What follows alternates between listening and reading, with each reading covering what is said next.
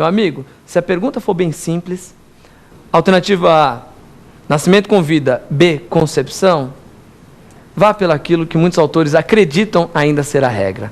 Teoria natalista.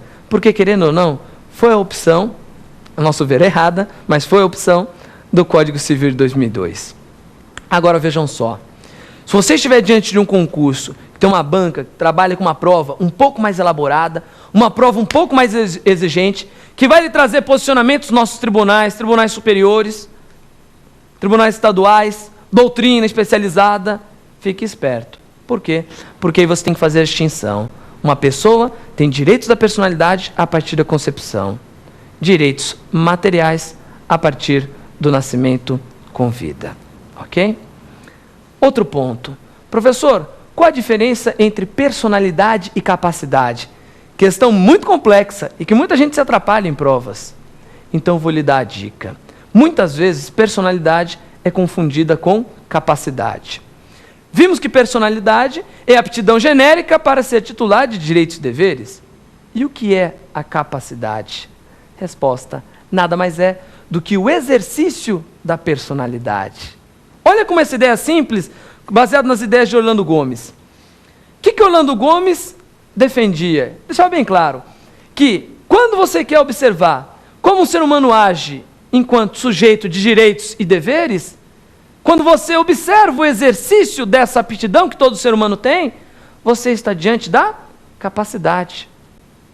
E olha só que interessante. Temos dois tipos de capacidade, não é mesmo? A capacidade de direito ou de gozo e a capacidade de fato e de exercício. Capacidade de direito ou de gozo é simplesmente a aptidão para exercer direitos e deveres. Toda pessoa tem, anote aí, capacidade de direito e de gozo, toda pessoa tem, é que nem personalidade. Eu não posso imaginar, não posso aceitar a ideia de um ser humano na atualidade não ter personalidade. Eu não posso aceitar a ideia de um ser humano não ter capacidade de direito de gozo. Professor, então capacidade de direito de gozo é a mesma coisa que personalidade? Em diversos livros, manuais, você vai encontrar essa informação. Alguns autores acreditam que capacidade de direito de gozo é sinônimo de personalidade. Não concordamos 100% com essa afirmação, não. Na verdade, a capacidade de direito de gozo, ela deve ser visualizada como o quê?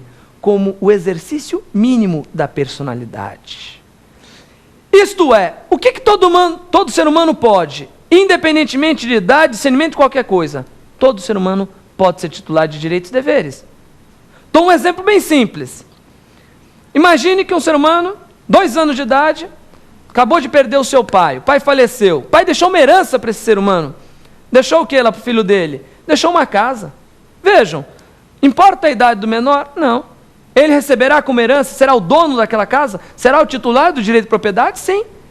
E justamente em razão de ser o titular do direito de propriedade, o que essa pessoa terá? Terá deveres também. Como, por exemplo, se a casa for em zona urbana, terá o dever de pagar o IPTU. Então vejam, capacidade de direito de gozo é o mínimo do exercício da personalidade. O que todo ser humano pode? Pode ser titular de direitos e deveres. Mas não confunda a capacidade de direito de gozo com a capacidade de fato de exercício ou de ação. Capacidade de fato de exercício ou de ação é a aptidão para exercer pessoalmente os atos da vida civil. Professor, quem que tem essa capacidade de fato de exercício ou de ação? Resposta: nem toda pessoa tem. A nossa lei só confere essa capacidade para quem tiver o quê? Discernimento. Professor, e o que é discernimento? Meus amigos, não é um conceito jurídico. Discernimento é um conceito que vem mais da medicina até do que do direito. Ter discernimento é a capacidade de uma pessoa conseguir se autodeterminar, distinguir o que é correto do que é incorreto, lícito do ilícito. Isso é ter discernimento. Vem com a idade. É por isso que o nosso Código Civil determina que a pessoa adquire como regra geral a capacidade, de fato, de exercício ou de ação quando ela completa a sua maioridade, ou seja, quando atinge os 18 anos. Cuidado para quem estudou no Código Civil de 16, hein? Antigamente, exigia-se o quê? 21 anos. Atualmente, apenas 18 anos. No próximo bloco, iremos responder a questões enviadas pelos nossos alunos em todo o Brasil.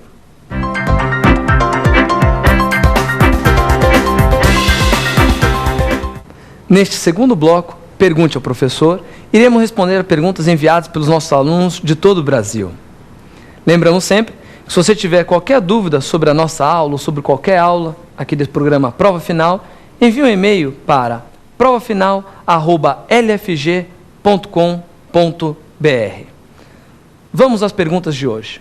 Professor, a Lei de Alimentos Gravídicos adotou a teoria concepcionista?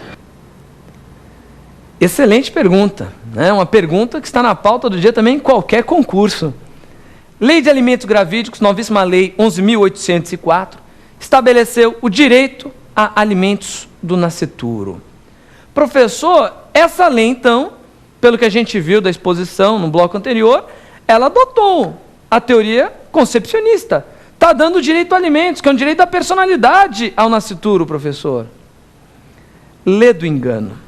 Parece, mas não é. Infelizmente, a Lei de Alimentos Gravídicos não adota a teoria concepcionista. Professor, como não? Meus amigos, não adota a teoria concepcionista porque a Lei de Alimentos Gravídicos, uma leitura rápida da lei, uma lei bem curta, poucos artigos, você extrai dela que o legislador não deu os alimentos ao nascituro. Embora o objetivo seja a proteção do nascituro, a lei confere, na verdade, o direito a alimentos a quem? A mãe do nascituro. Professor, mas a doutrina e a jurisprudência já não vinham reconhecendo há muito tempo no nosso país o direito a alimentos ao nascituro? Já. Inclusive objeto de trabalho, né? Aqui apresentado na USP, professora Silmara Knelato, 1970. Observe, direito a alimentos do nascituro já vem sendo defendido e deferido há muito tempo em nosso país. Mas o legislador, mais uma vez, com base em teoria natalista, preferiu afirmar que quem? Que os direitos a alimentos são de quem? São da mãe. Professor, de onde você extrai isso? Do artigo 6º, parágrafo único. Se você observar, no artigo 6º, parágrafo único da Lei 11.804, a lei coloca que, nascendo com vida, os alimentos deferidos à gestante serão convertidos em alimentos a favor do nascituro. Parte prática dessa mudança. Tem que tomar muito cuidado. Você aí trabalha como advogado, trabalha como operador do direito. Quem propõe a ação agora? Resposta: a mãe. Antigamente, quem propunha a ação? Nascituro, representado por sua mãe, porque era ele o titular do direito a alimentos. Quando não tinha lei. Com a lei agora, é a própria mãe que pede em nome próprio. Ok? Vamos à segunda questão. Professor, eu queria saber o que é emancipação. Pergunta também de enorme importância em concurso e enorme importância prática. Professor, afinal, o que é isso? Emancipação. É muito comum você encontrar pessoas na rua que falam: olha, eu fui emancipado pelos meus pais. E o que é a emancipação? A emancipação, ela nada mais é do que uma antecipação da capacidade civil. No bloco anterior, nós vimos que a capacidade de fato de exercício ou de ação, ou seja, a aptidão para exercer pessoalmente os atos da vida civil, de acordo com o nosso código, ela vem naturalmente aos 18 anos. O código presume que a pessoa que completa 18 anos de idade, em razão do seu desenvolvimento biológico, desenvolvimento social, físico, essa pessoa, ela já tem o quê? Ela já tem um pleno discernimento. Agora, olha só que interessante. O nosso ordenamento permite que, em determinadas situações, antecipe-se a capacidade civil plena. Ou seja, a capacidade, direito de gozo, toda pessoa tem, capacidade civil plena é a soma da capacidade de direito de gozo, mas a capacidade de fato de exercício de ação. Então, permite-se o quê? Que antecipe-se essa possibilidade para exercer pessoalmente os atos da vida civil. Nosso ordenamento traz 3 tipos de emancipação: a emancipação voluntária, a emancipação judicial e a legal. Na prática, observamos muito qual tipo? A emancipação voluntária. Olha o nome não deixa dúvida. Emancipação voluntária é aquela concedida por quem? Por um ato de vontade dos pais. Os pais manifestam a vontade e emancipam os filhos menores.